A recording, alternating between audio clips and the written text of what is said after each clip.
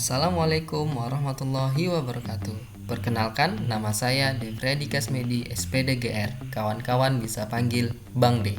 Nah, pada video kali ini, Bang D akan memberikan video pembelajaran tentang komunikasi dalam jaringan.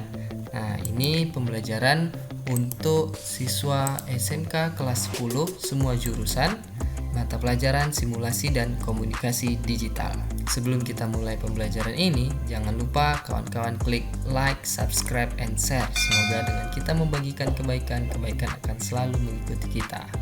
Pengertian komunikasi.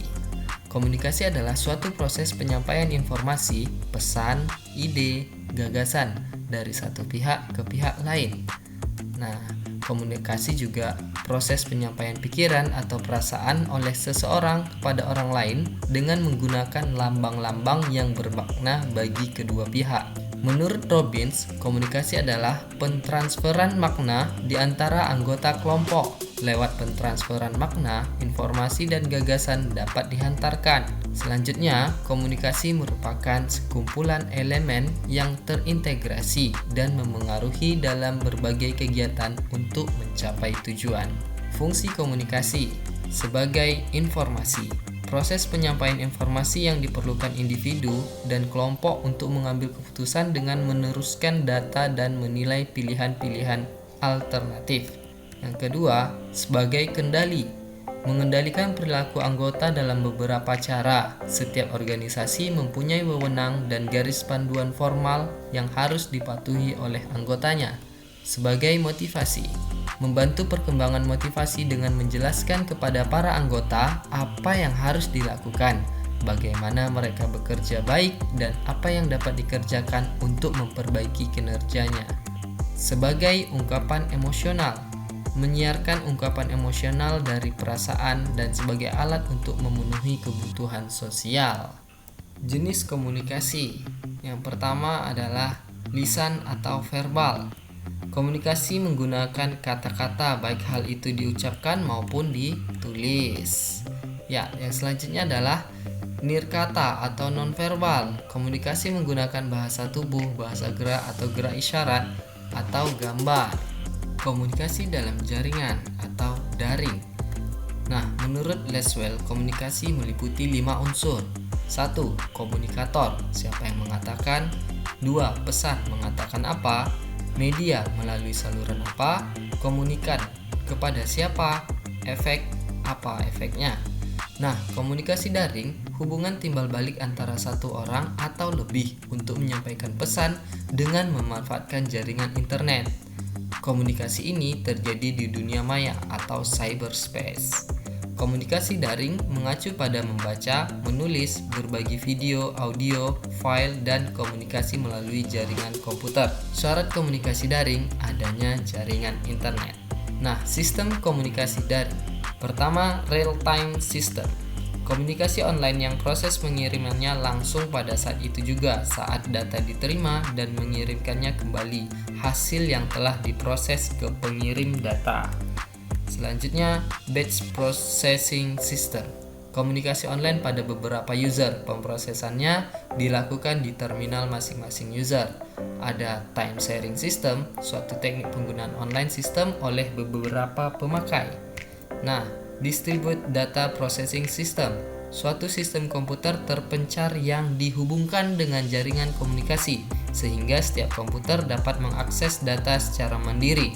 Nah, ini merupakan perkembangan dari time sharing system. Jenis komunikasi daring, komunikasi serempak atau sinkronus atau sinkron. 2. Komunikasi tak serempak atau asinkronus atau asinkron. Nah, komunikasi serempak sinkronus. Komunikasi menggunakan komputer atau alat komunikasi yang tersambung ke jaringan internet untuk berkomunikasi dengan orang lain secara serempak dan waktu nyata atau real time. Bentuk komunikasi langsung dapat berupa teks chat, video chat, atau kombinasi keduanya. Aplikasi komunikasi sinkron yaitu Yahoo Messenger, WhatsApp, Facebook, Line, Skype, Google Meeting, Hangout, Zoom, Team Meetings, dan lain-lainnya. Komunikasi tak serempak. Komunikasi menggunakan komputer atau alat komunikasi yang tersambung ke jaringan internet untuk berkomunikasi, namun tidak waktu yang bersamaan. Komunikan atau penerima komunikasi tidak langsung menerima komunikasi tersebut. Contoh komunikasi tidak langsung adalah email, blog, dan forum internet lainnya. Komponen komunikasi daring. Nah, pertama adalah komponen komunikasi data. Nah, di sini tergantung dari brandware. Kalau kita katakan adalah pengguna dari komunikasi daring tersebut. Nah, dalam komponen komunikasi data ada pesan atau message, informasi atau data yang dikirim atau diterima. Nah, yang selanjutnya adalah pengirim, sender, peralatan yang digunakan untuk mengirim pesan. Itu bisa komputer, smartphone, tablet, dan yang lainnya.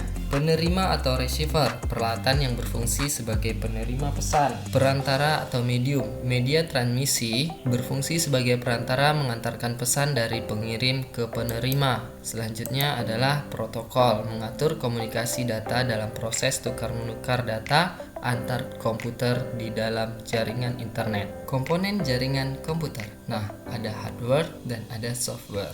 Nah, kita lihat terdiri dari masukan input, proses, dan keluaran. Nah, ini yang biasa adalah komponen utama dari komputer. Personal komputer, network interface card, kabel, dan topologi jaringan. Dan dari softwarenya adalah sarana interaksi antara pengguna dan hardware, mengolah, analisis, dan menghasilkan data. Sistem operation Windows 8, Windows 10, dan Linux, dan ada juga aplikasinya yang sering kita gunakan dalam mengoperasikan komputer. Ada Adobe, Office, dan VideoMaker. Banyak lagi aplikasi yang kita gunakan. Protokol jaringan, network, adapter driver, sistem operasi jaringan. Ini adalah inti dari komponen jaringan komputer, software, dan hardware-nya. Oke, cukup sekian tentang komunikasi dalam jaringan. Besok kita akan memberikan video tutorial bagaimana melakukan komunikasi sinkron dan asinkron. Cukup sekian, saya ucapkan terima kasih. Wassalamualaikum warahmatullahi wabarakatuh.